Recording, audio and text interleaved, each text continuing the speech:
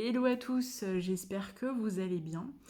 Une vidéo, je n'en ai pas fait donc depuis longtemps. D'une parce que j'ai déménagé, de deux, je suis partie en congé et de trois, il y a eu donc la rentrée et j'ai été très prise par le temps.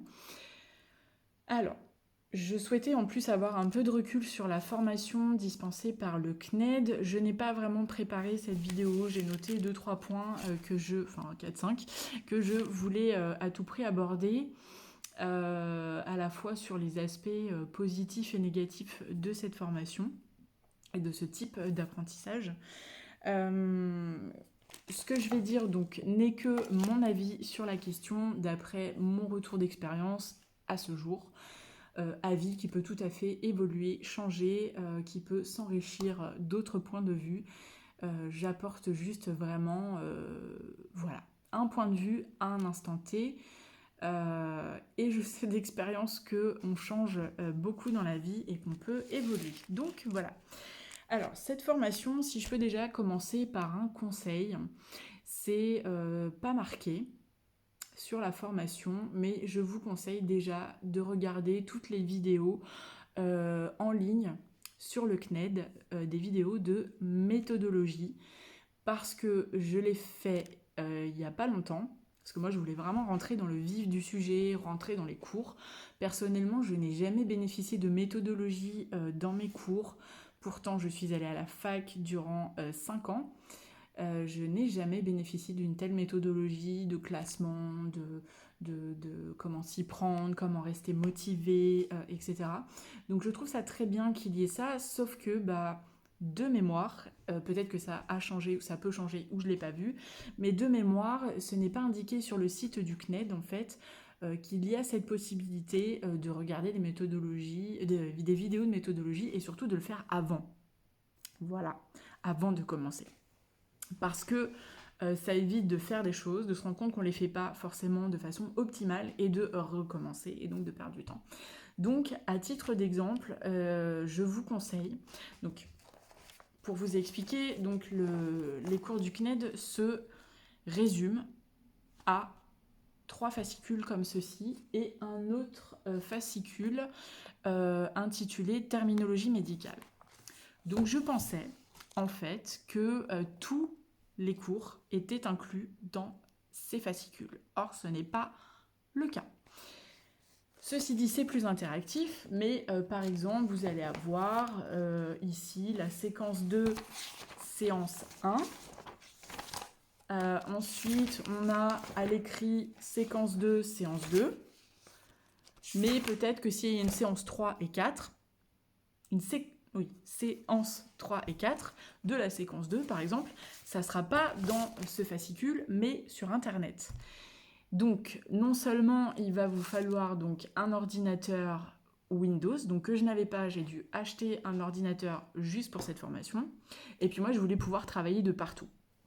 Donc j'ai acheté un portable qui, vu le prix, à mon avis, ne va pas durer très longtemps. J'espère au moins qu'il ira jusqu'à mon épreuve l'année prochaine, en octobre.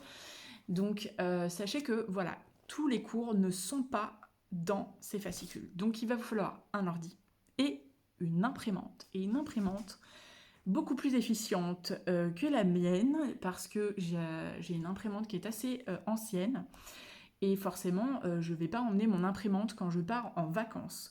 Donc j'ai essayé d'anticiper au mieux mon travail durant mes congés. Malheureusement, le fait que j'avais un mauvais accès à Internet, ça m'a ralenti dans mon travail.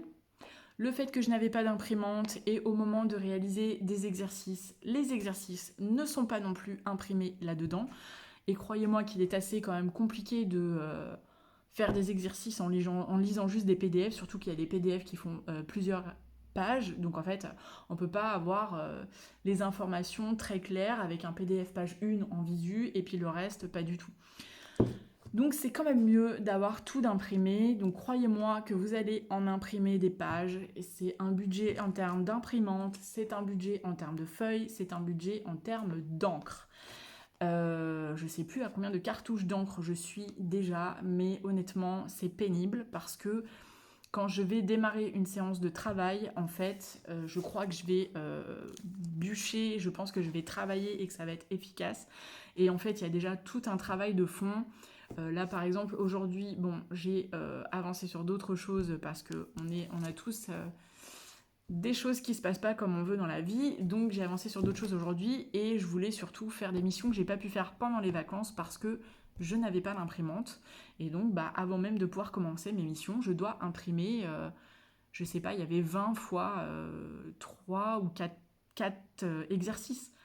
Donc, je sais pas si vous imaginez, ça faisait déjà 80 pages à imprimer juste pour l'émission d'une petite séquence, une petite séance d'une séquence d'un bloc. Donc, en fait, ça fait vraiment, vraiment beaucoup de pages à imprimer. Donc, là-dessus, je suis vraiment déçue. Mais voilà, comme j'étais pas prévenue, maintenant je vous le dis, il va y avoir beaucoup de choses à imprimer. Ceux qui y arrivent sont imprimés, écoutez, tant mieux pour vous. Mais voilà.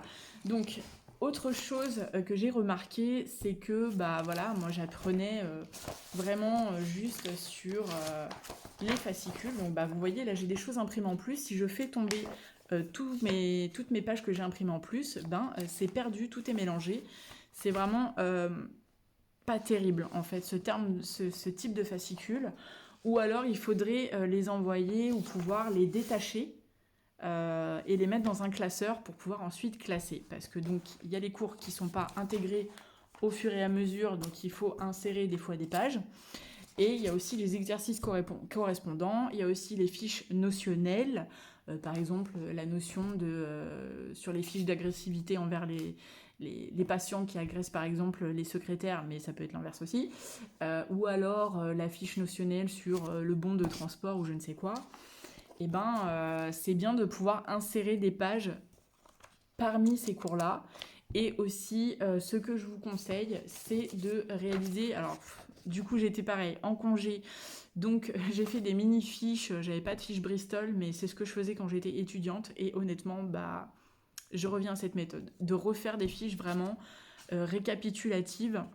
Parce que vous verrez, il y a des petits tests, un peu comme des interros en classe.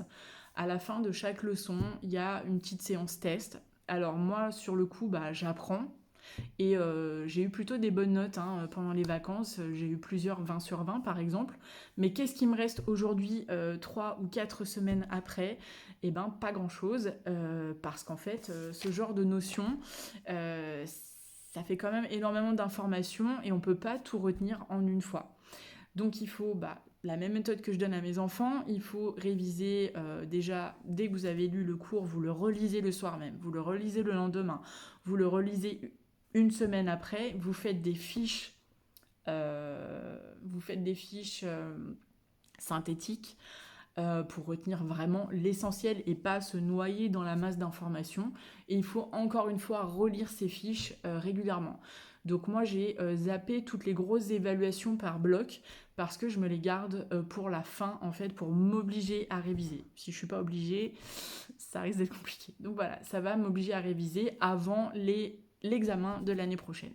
Surtout que moi je me suis inscrite au mois de juin, donc en fait je n'aurai accès aux cours en ligne que jusqu'à juin 2025, sachant que mon examen est en octobre. Donc ça c'est la première chose que je voulais dire. Deuxième chose, donc moi j'ai débuté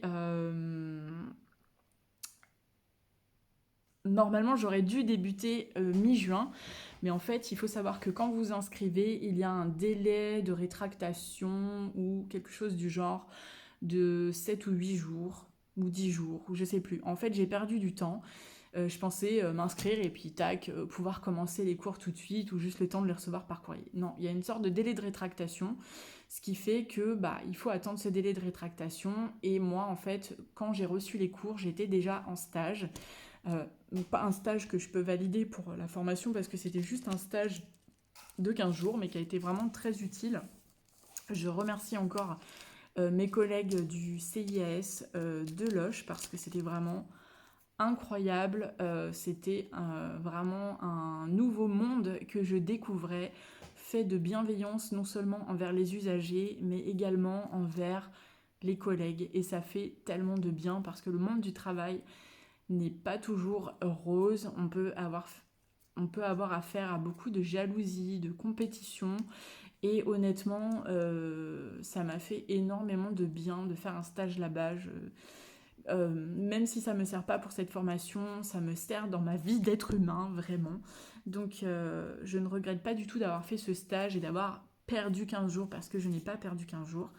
Voilà.